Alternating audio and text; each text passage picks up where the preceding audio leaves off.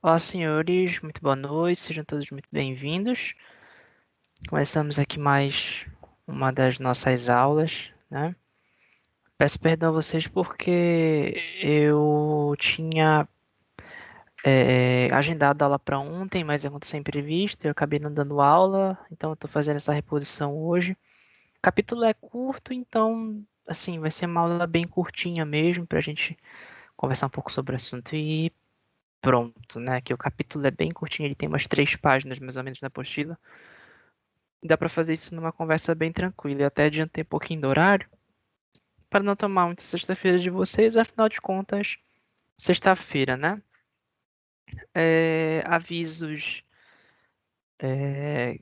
direcionados, né? A gente continua aí sem previsão de aulas presenciais, com esse quadro de piora aí da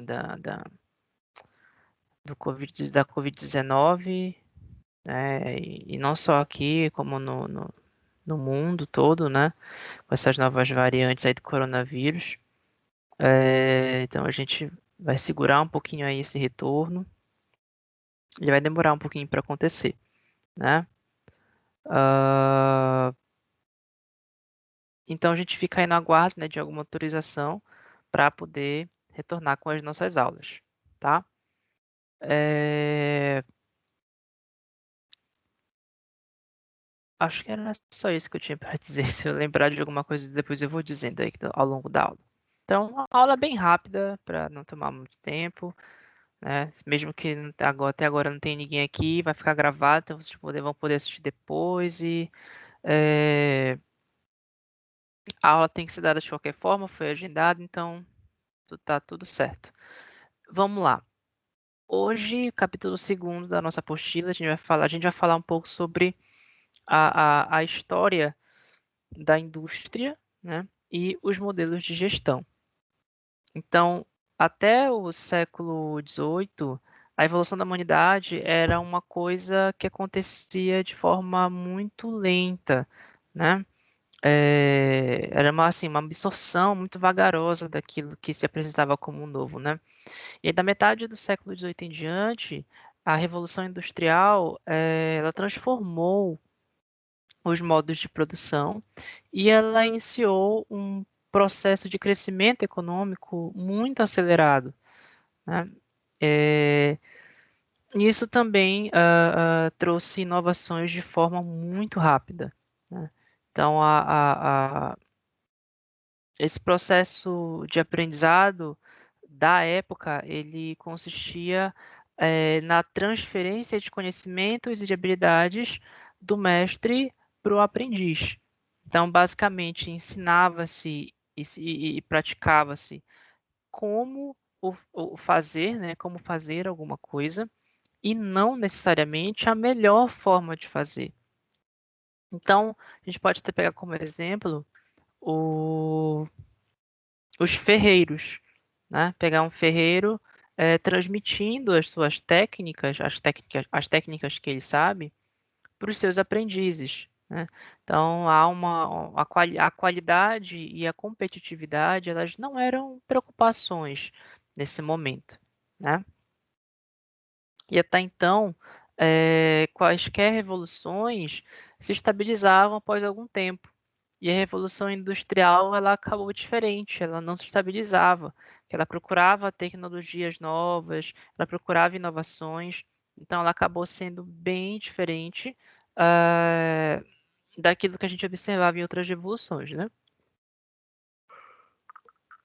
Então, nesse intervalo de 100 anos, né, entre 1850 e 1950, mais ou menos, as descobertas da ciência aumentam a produtividade, né, elas aumentaram a produtividade e levaram à criação de novos mercados. E o que que a gente pode conceituar como essas descobertas da ciência, né?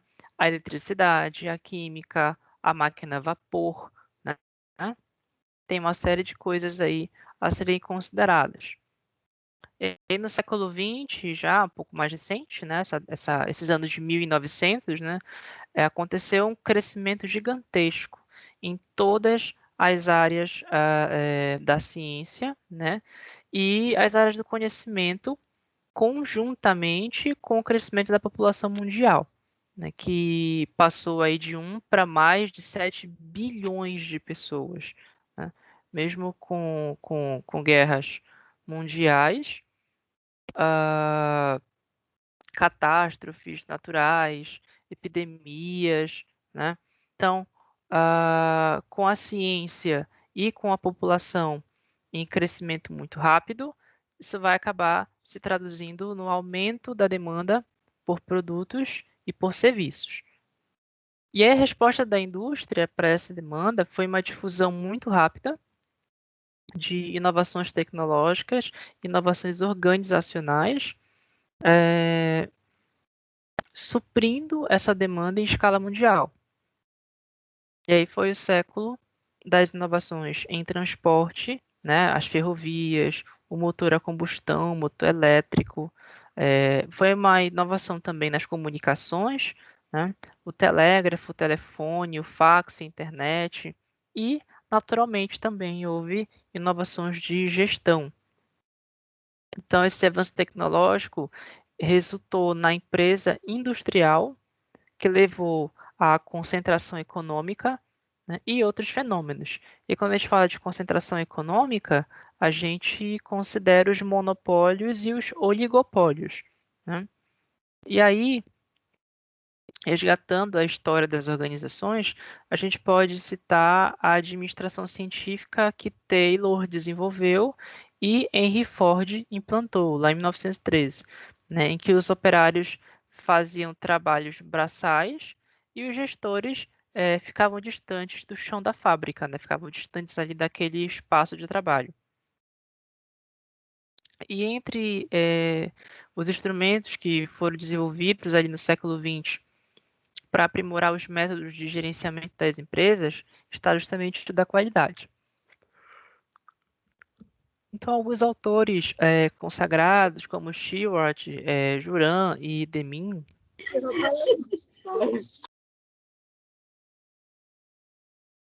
só um momento.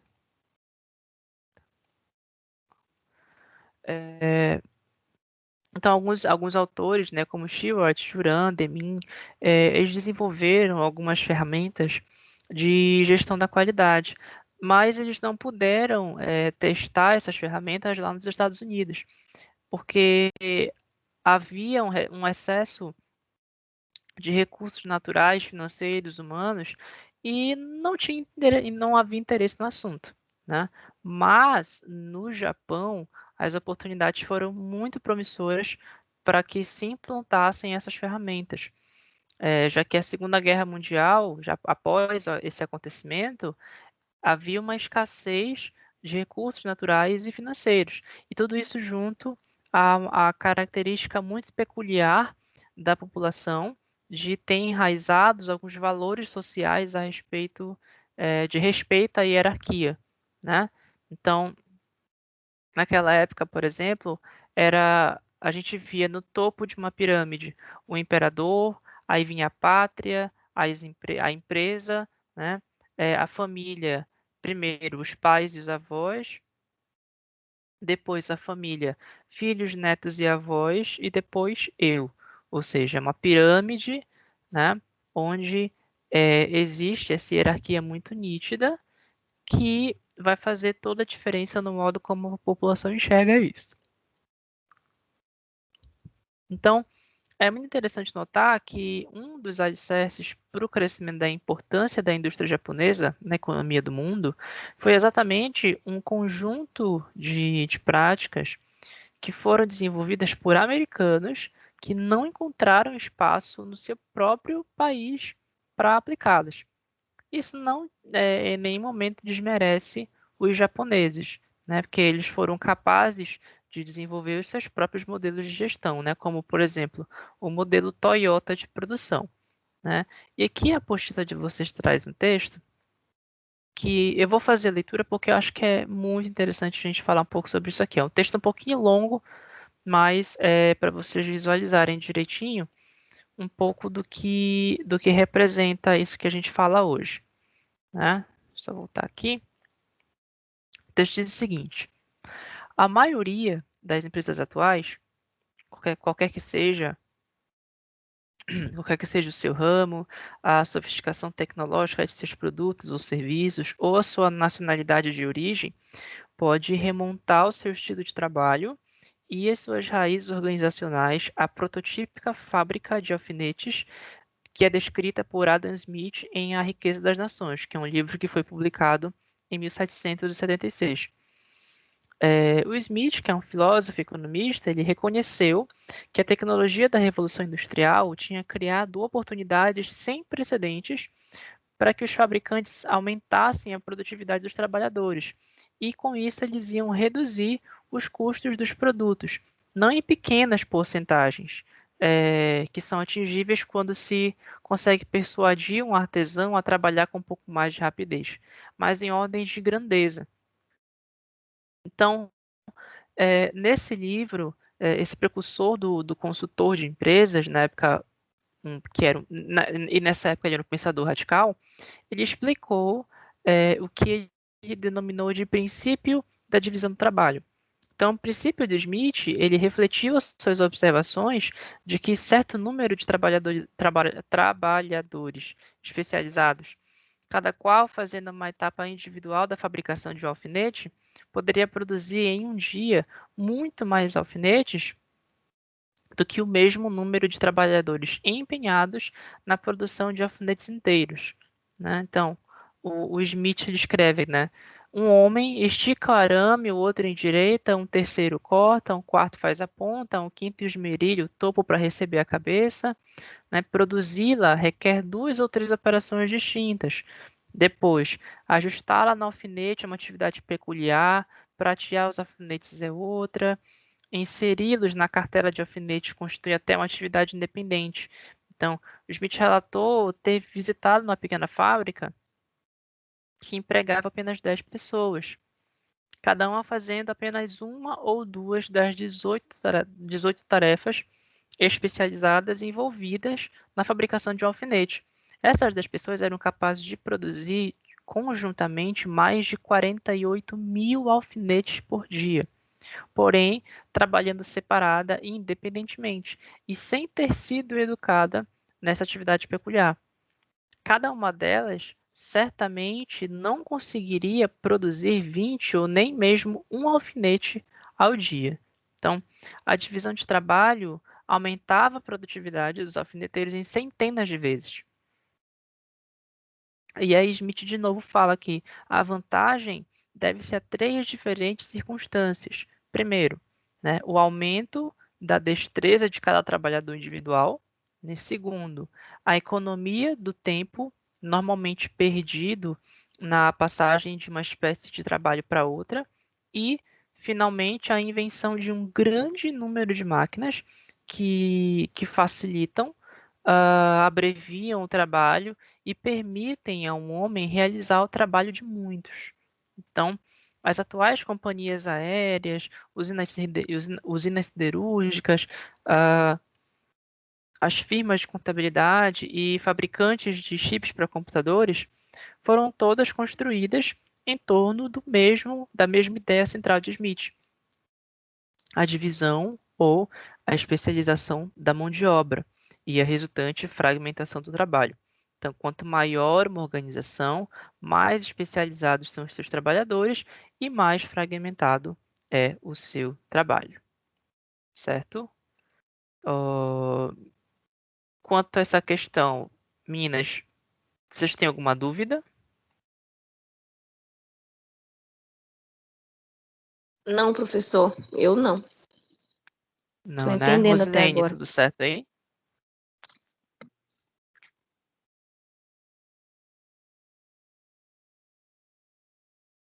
Que é assim, o capítulo acabou.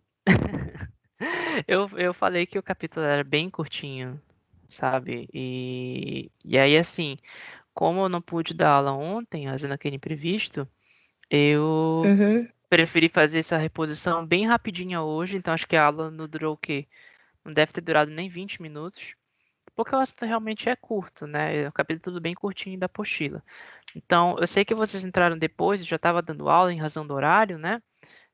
Mas fica a gravação ali, vocês podem assistir o começo da gravação, até porque quando vocês entraram, eu não estava muito longe do começo, né? Tava no começo ainda, então Aham, vocês não perderam muita coisa, tá?